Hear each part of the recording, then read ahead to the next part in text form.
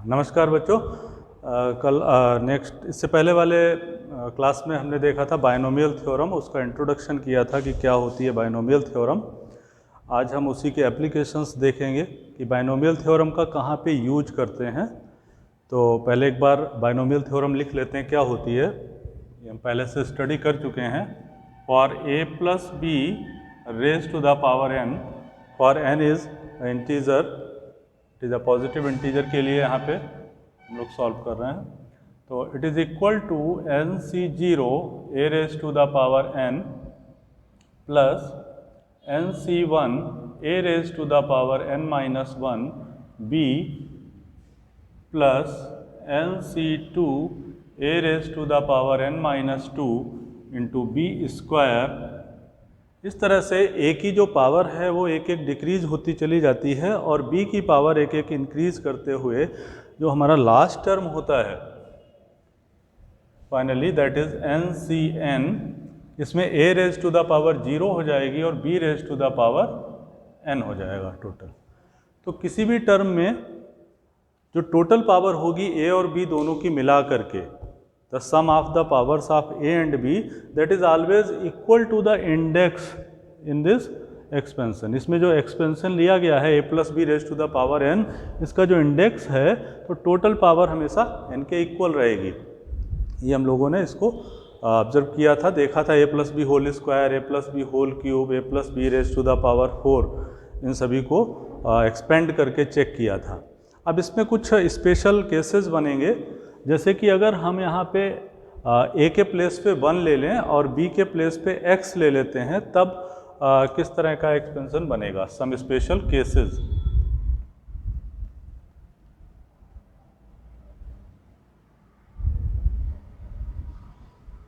तो पहला जो हमें केस बनाना है, इसमें हम लोग क्या करेंगे, a के प्लेस पे 1 लेंगे और x के प्लेस पे हम लोग x को ले लेंगे। let a is equals to 1 and b is equals to x। तो यहाँ पे हमारे पास ये बन जाएगा 1 plus x raise to the power n। अब इसको एक्सपेंड करते हैं तब क्या बनेगा, then it is nc0 into 1 raise to the power n plus nc1 a raise to the power 1 that is 1 raise to the power n minus 1 और b की value आ जाएगी यहाँ पे x plus nc2 1 raise to the power n minus 2 into X square. Similarly in the last term it will be ncn into X raise to the power n।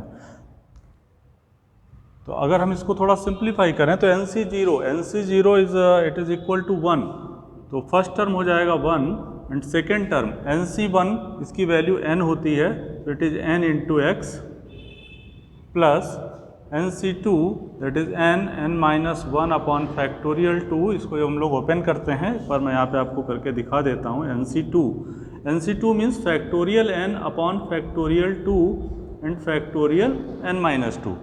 तो इसकी value find करने के लिए अब हम फैक्टोरियल n को expand करेंगे, then it is n minus 1 and n minus 2 factorial, and in the denominator we get 2 factorial and factorial n minus 2। तो factorial n minus 2 कैंसिल हो जाएगा, तो nc2 की जो वैल्यू हमें मिल रही है that is n minus 1 upon factorial 2 and into X square.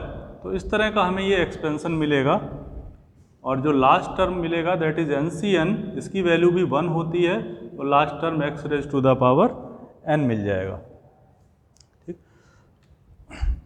अब हम एक और स्पेशल केस में देखेंगे, अगर हम x के प्लेस पे माइनस एक्स रखें, ये जो पहला केस लिया गया है, या फिर हम इस तरह से भी कह सकते हैं कि a को हम 1 मान लेते हैं और b के प्लेस पे माइनस एक्स लेते हैं, तब क्या होगा।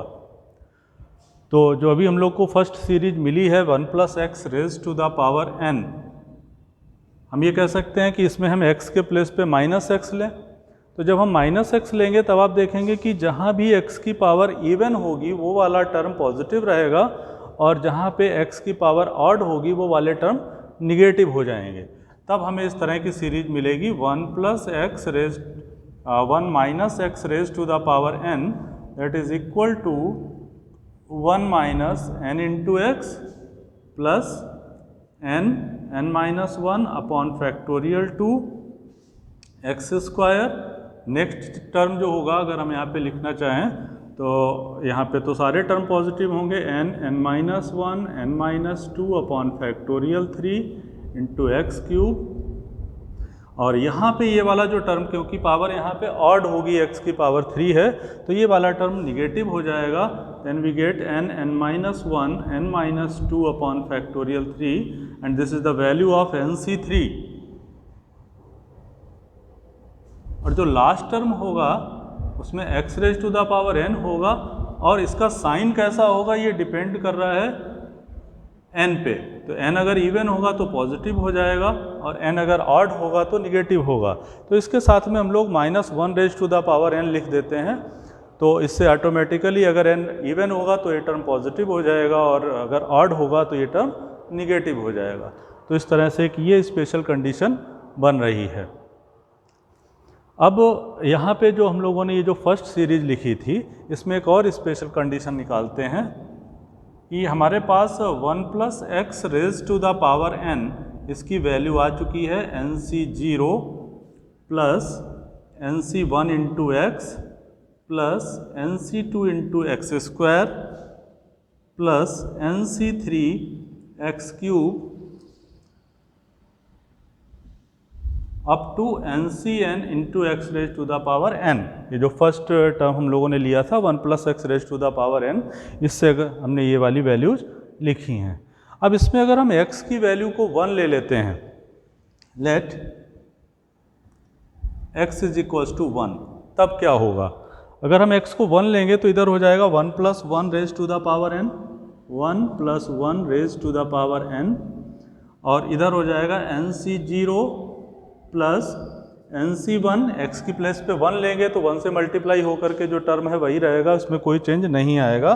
Next term NC2 again x square means 1 square, 1 square is 1, तो इन टर्म्स को हमें नहीं लिखना पड़ेगा। तो आगे NC3 and last term NCn। तो हमें यहाँ से एक बहुत ही इंपॉर्टेंट रिजल्ट मिल रहा है। It is equal to 2 raise to the power n NC0 plus NC1 plus NC2 plus NC3। यानी जो बाइनोमियल कॉफिशिएंट्स होते हैं, अगर हम इसको n टर्म्स तक ऐड करते हैं, means starting from 0 to n, सारे टर्म्स को अगर ऐड करते हैं, then its value is 2 raise to the power n। तो इनकी जो वैल्यू होगी वो 2 raise to the power n होगी। NC0 plus NC1 plus NC2 plus NC3। तो इसका यूज हम लोग क्वेश्चंस में अगर कहीं पे इस तरह के टर्म्स मिलते हैं या इसको प्रूव करने को आता है कि prove that the sum of the coefficients in binomial theorem is 2 raise to the power n, तो हम लोग इस सीरीज को लिख करके फिर x को हम 1 से रिप्लेस करके इसको प्रूव कर सकते हैं, जैसा कि अभी मैंने यहाँ पे किया हुआ है। ओके, अभी हम कंटिन्यू करते हैं। यस बच्चों, अभी हम लोगों ने एक रिज़ल्ट देखा था जिसमें हम लोगों ने बाइनोमियल एक्सपेंशन के जो कोएफिशिएंट्स होते हैं उनका सम फाइंड किया था, that was 2 raise to the power n। तो ये जो हमारा रिज़ल्ट आया था इसको मैंने यहाँ पे लिखा हुआ है। अब हम एक और रिज़ल्ट यहाँ पे ऑब्टेन करने जा रहे हैं। इसमें हम इस वाली सीरीज का यूज करेंगे 1 minus x raise to the power n। और अभी हम लोगों ने देखा था कि ये किसके इक्वल होता है, NC0 minus NC1 into x plus NC2 into X square. इसमें अल्टरनेट पॉजिटिव और निगेटिव टर्म्स आते चले जाते हैं। तो यहाँ पे अगर हम x इक्वल टू 1 लेते हैं तब हमें क्या रिजल्ट मिलेगा देखते हैं। If we put x equal to 1 here, then the left side 1 minus 1 raise to the power n, it becomes 0, और राइट साइड में हमें मिल जाएगा NC0 minus NC1 plus NC2 minus NC3 plus NC4 like this. The last term will be minus 1 raised to the power n NCn। तो अगर हम यहाँ पे अल्टरनेट पॉजिटिव और निगेटिव साइन लेकर के बाइनोमियल एक्सपेंशन के कोएफिशिएंट्स को लिखते हैं, तो इन सब का जो सम आता है तब हमें ये आंसर 0 मिलता है।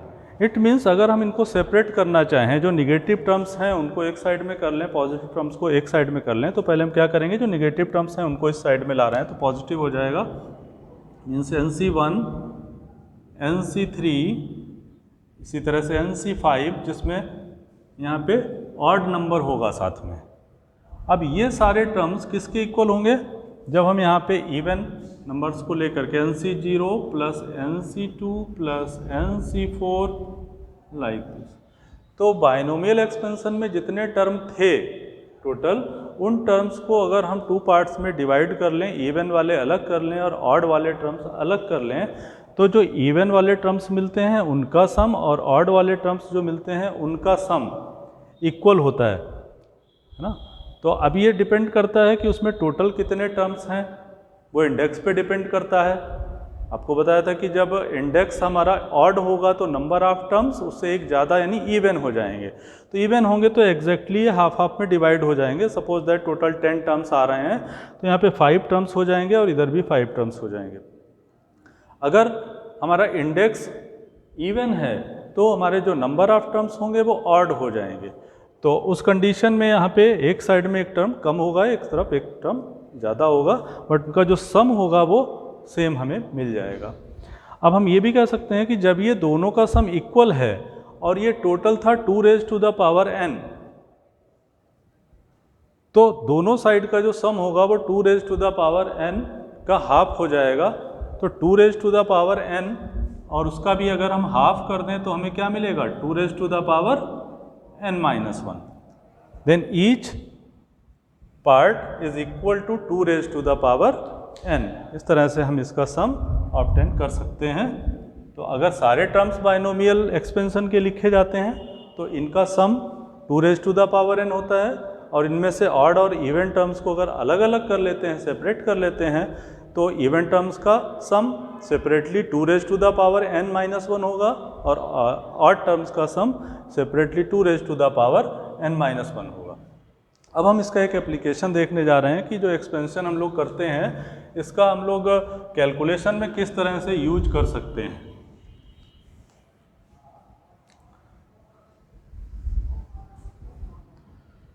एक प्रॉब्लम जो अभी आपके NCERT बुक एक्सरसाइज से लिया है, सपोज हमें 99 रेज़ टू द पावर 5 इसको सॉल्व करना है, 99 रेज़ टू द पावर 5।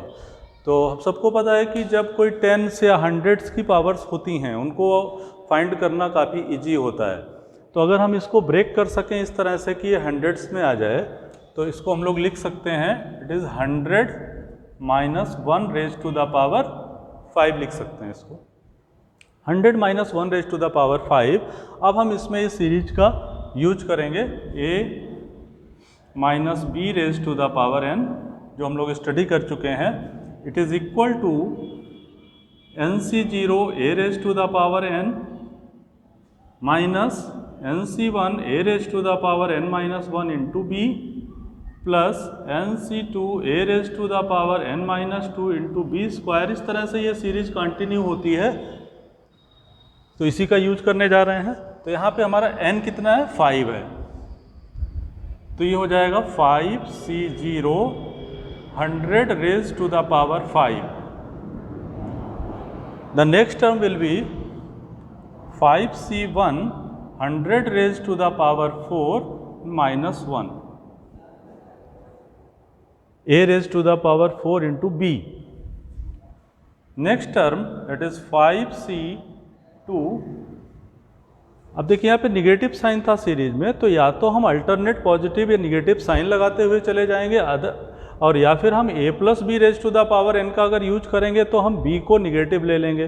तो जैसा उधर वाली सीरीज लिखी, अगर हम उसका यूज करना चाह रहे हैं तो हमें यहाँ पे -1 लिखने की ज़रूरत ही नहीं रहेगी, ओनली 1 लिखेंगे और इस साइन को ही यहाँ से बदलते जाएंगे। एक टर्म पॉजिटिव एक टर्म निगेटिव, अगला टर्म फिर से पॉजिटिव मिलेगा 5C2 100 raise to the power 3 and 1 square plus 5C3 100 raise to the power 2 and 1 cube plus 5C4 100 raise to the power 1 into 1 raise to the power 4 plus 5c5 100 raise to the power 0 and 1 raise to the power 5। तो इस तरह से इसमें total 6 terms मिलेंगे, क्योंकि index 5 था तो total number of terms count कर सकते हैं। It is 1 2 3 4 5 and 6। अब इसको सिंप्लीफाई कर लेते हैं। तो 5c0 nc0, n की जगह पे कोई भी आपका नंबर हो सकता है यहाँ पे, any natural number. For 5c0 it is 1। इसको ध्यान रखिए कि कोई भी नेचुरल नंबर लेकर के अगर हम इसको सॉल्व करेंगे nc0 तो ये हमेशा 1 आता है, और ncn की वैल्यू भी हमेशा 1 आती है। तो फर्स्ट टर्म ये 1 हो गया, और इसके साथ में आ गया 100 raise to the power 5। So it is equal to 1 followed by 10 zeros. 10 zeros होना चाहिए। Okay, now 5c1 it is equal to 5। इसको भी आप याद रखें कि nc1 की जो वैल्यू होती है वो n के इक्वल होती है। nc1 की वैल्यू n के इक्वल होती है, तो 5c1 जो है वो 5 के इक्वल हो जाएगा, and it is 100 raise to the power 4। So 1 followed by 8 zeros। Now next term is 5c2। तो what is the 5c2? It is factorial 5 upon factorial 2 factorial 5 minus 2। So factorial 5 can be written as 5 into 4 into factorial 3. Factorial 2 is 2 into 1 and it is factorial 3. So factorial 3 cancel out. So it is equal to 10. 5c3 जो है वो 10, 5c this is the first, second, third term. So first, second, third term. 5c2 is 10 और इसमें 100 cube दिया हुआ है, तो 1 followed by 6 zeros, 1 के आगे 6 जीरो लग जाएंगे। देन 5c3 एंड 5c2 ये दोनों इक्वल होंगे, क्योंकि हम लोगों ने परम्यूटेशन कम्बिनेशन में एक फार्मूला पढ़ा था, NCR is equal to NCN minus R।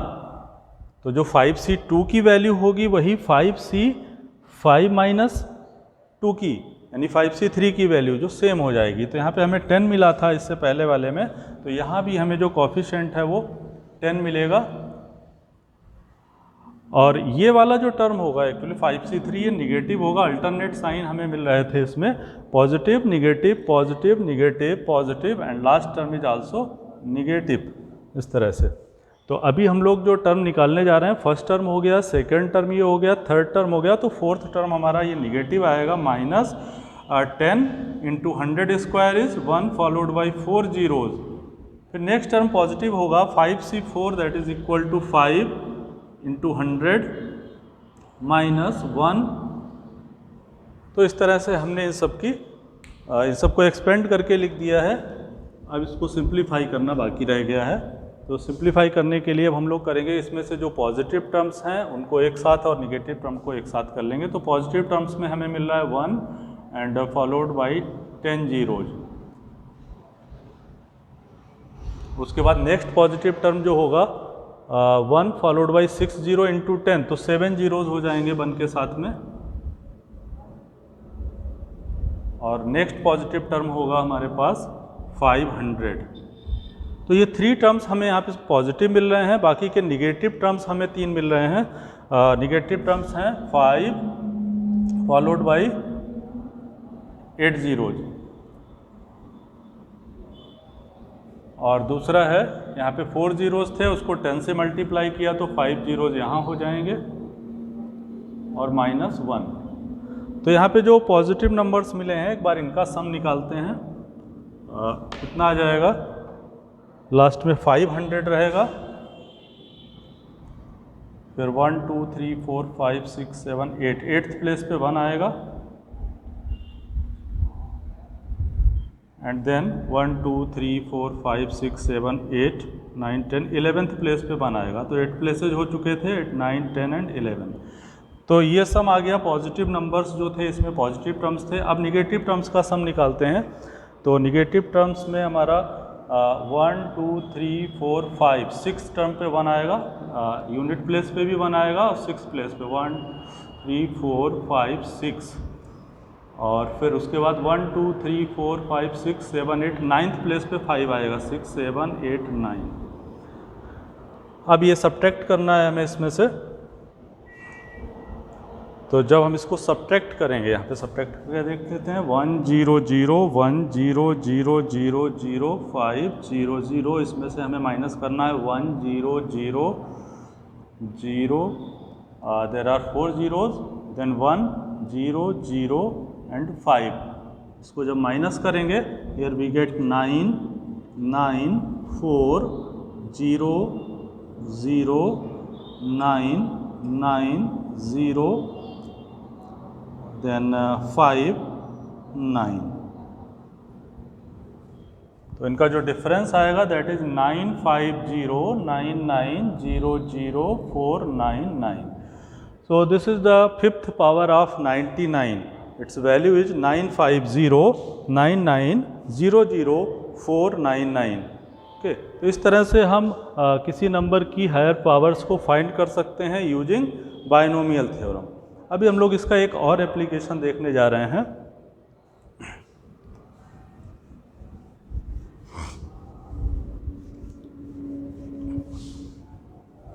तो binomial theorem is very useful in the calculation. It is the 10th question in your exercise, the first exercise जो बाइनोमियल थ्योरम की 8.1, उसमें question number 10 है, using binomial theorem. This is question number 10।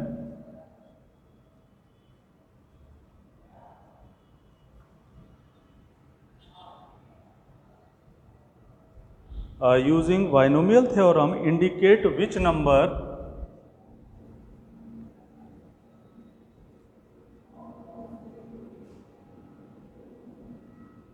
is larger.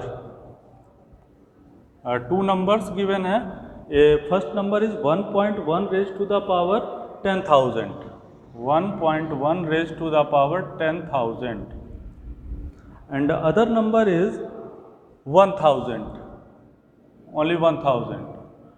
इन दोनों में कौन सा number larger होगा, ये हमें फाइंड करना है। देखिए, अगर यहाँ पे ओनली 1 होता तो 1 रेज टू द पावर 10,000 करें, चाहे 1 लाख कर दें, 1 की पावर कितनी भी करें वो 1 ही रहता है। तो उसके हिसाब से देख रहे हैं तो ये नंबर बहुत छोटा होगा इसके हिसाब से। लेकिन यहाँ पे 1 ना होकर के 1.1 है, यानी 1 से थोड़ा सा ज़्यादा है, और उसकी पावर जो है वो ले रखा है 10,000। अब हमें इन दोनों को कंपेयर करना है, तो थोड़ा सा डिफ़िकल्ट वर्क हो गया कि कैसे कंपेयर किया जाए। तो हम लोग इसमें बाइनोमियल थ्योरम का यूज करेंगे। तो बाइनोमियल थ्योरम में हम इस जो 1.1 है, पहले हम इसको एक्सपेंड कर लेंगे और चेक करेंगे कि इसकी वैल्यू कितनी होती है। तो इसको हम लोग लिख सकते हैं 1 + 0.1 रेज टू द पावर 10,000, इस तरह से लिख सकते हैं। 1.1 को 1 + 0.1 लिख करके अब इसमें हम लोग इस बाइनोमियल थ्योरम अप्लाई कर देते हैं। तो जो पहला टर्म मिलेगा दैट इज 1, दूसरा टर्म जो मिलेगा दैट इज 10,000 C1। पहले में तो 10,000 C0, उसकी वैल्यू तो 1 हो जाएगी। यहाँ पे मिलेगा 10,000 C1 1 raise to the power, देखिए यहाँ पे मिला था हमें 1 रेज टू द पावर 10,000, तो 1 रेज टू द पावर 10,000 जो होगा उसकी वैल्यू 1 ही रहेगी, इसलिए मैंने डायरेक्ट लिख दिया था। चलिए एक स्टेप में पूरा लिख देते हैं। नेक्स्ट टर्म में इसकी जो पावर होगी वो एक कम हो जाएगी, तो यहाँ पे बचेगी पावर 10,000 - 1, और जो दूसरा टर्म है उसकी पावर एक एक इंक्रीज होना शुरू हो जाएगी। 0.1 रेज टू द पावर 1 हो गया ये।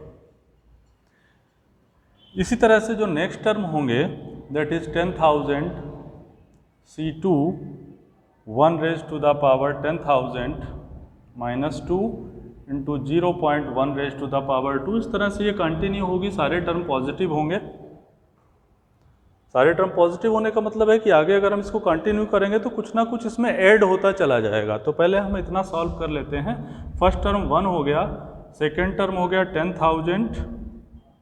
10,000 C1 की वैल्यू 10,000 हो जाएगी, और 1 की पावर यहाँ पे 9,999 है, तो जितनी भी पावर होगी 1 की, लेकिन 1 के ही इक्वल रहेगा, and into 0.1। Next term positive होगा, यानी सम पॉजिटिव वैल्यू हम उसको सॉल्व नहीं कर रहे हैं। आगे जो भी टर्म होंगे उसमें हमें क्या मिलेगा, सम पॉजिटिव वैल्यू मिलेगी। अब यहाँ पे देख लेते हैं कितना हो रहा है, 1 प्लस, अब यहाँ 10,000 को 0.1 से मल्टीप्लाई किया तो ये 1000 हो जाएगा प्लस सम पॉजिटिव वैल्यू। अब 1000 plus 1 it is equal to 1001 plus some positive values. तो आगे क्यों नहीं सॉल्व किया, अभी इस स्टेप से क्लियर हो जाएगा कि यहाँ पे हमें सिर्फ स्टार्टिंग के जो 2 टर्म्स थे उनका सम हमने निकाला, वही 1001 आ गया, और हमें इसको कंपेयर करना था 1000 से। तो 1001 और उसके आगे अभी ये फिनिश नहीं हो रहा है, कुछ पॉजिटिव वैल्यू और ऐड होगी तो ये और लार्जर हो जाएगा। तो यहीं से क्लियर हो गया कि ये जो क्वांटिटी हमें मिल रही है दिस इज ग्रेटर देन 1000, और ये जो सॉल्व करके हमने वैल्यू निकाली है it is equal to 1.1 raise to the power 10,000।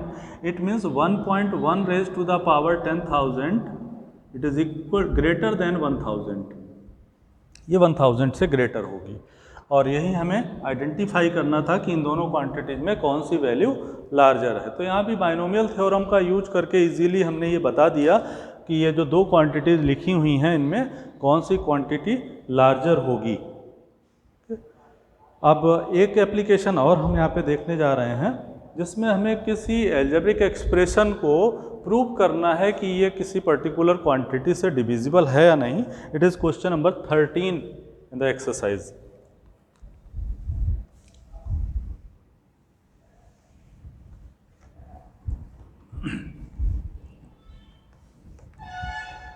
This is question number 13. Question is so that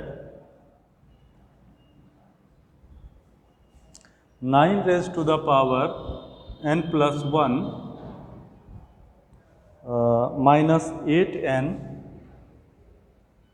plus 9, sorry minus 9 it is given, minus 9 is divisible by 64. Is divisible by 64 whenever n is a positive integer, where n is a positive integer.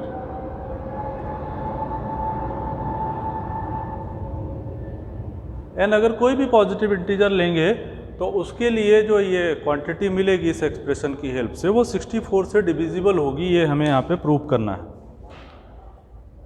तो इसमें हम लोग देखते हैं जो expression दिया हुआ है it is 9 raise to the power n plus 1 minus 8n minus 9।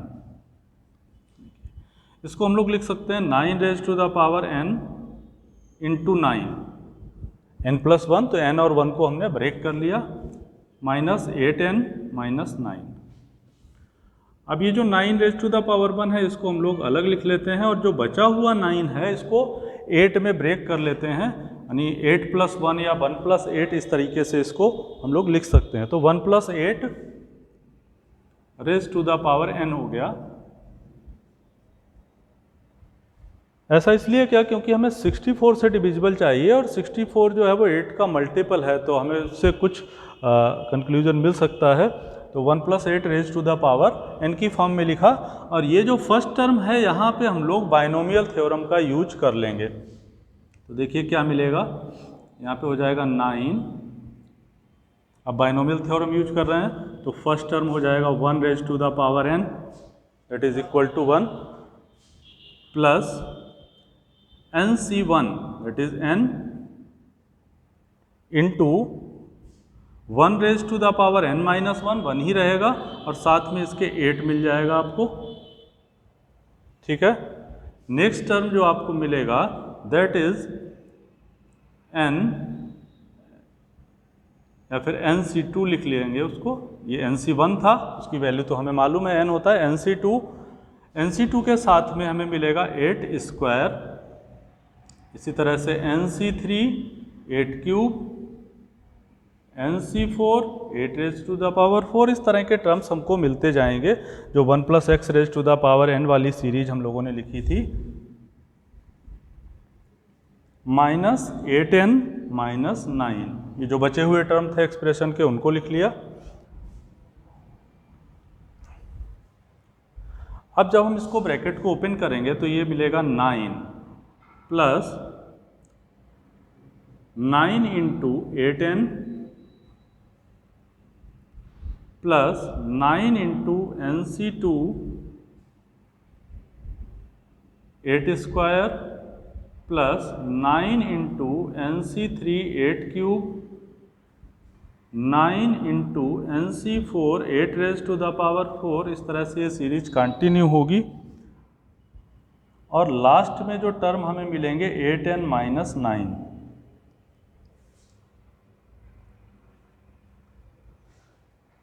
अब देखिए जो पॉजिटिव 9 था इसके लिए लास्ट में जो 9 लिखा हुआ निगेटिव, ये कैंसिल हो जाएंगे दोनों, पॉजिटिव 9 एंड निगेटिव 9।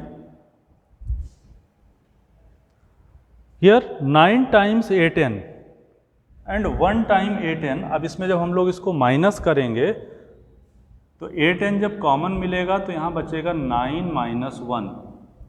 बाकी के जो टर्म हैं इनमें से हम लोग 8 स्क्वायर कॉमन ले सकते हैं, सभी में 8 की पावर बढ़ती चली जा रही है, तो ये बचेगा 9 into NC2 plus 9 NC3 into 8 plus 9। अच्छा 9 को भी कॉमन ले लें तो बार बार हम लोगों को लिखने की ज़रूरत नहीं पड़ेगी। तो 9 इंटू तो NC2 बचेगा, उसके बाद NC3 into 8 plus NC4 into 8 square. इस तरह से ये सीरीज कंटिन्यू होगी और ये वाला टर्म हम लोग ऑलरेडी एडजस्ट कर चुके हैं स्टार्टिंग में।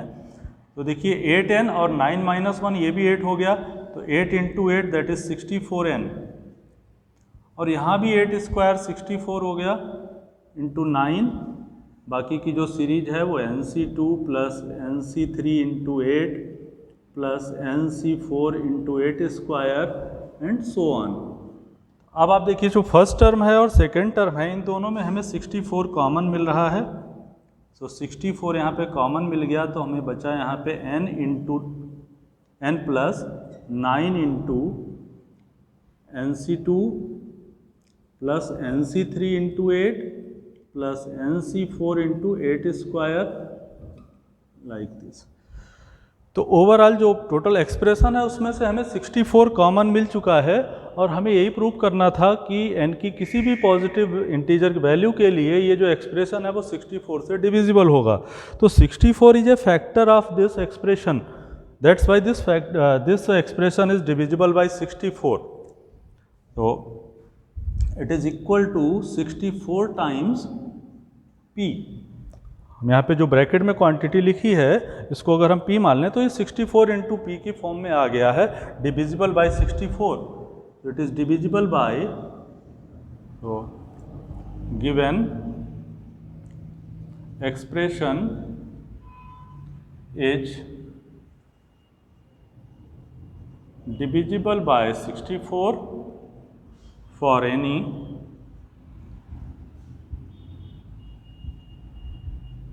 Positive integer n।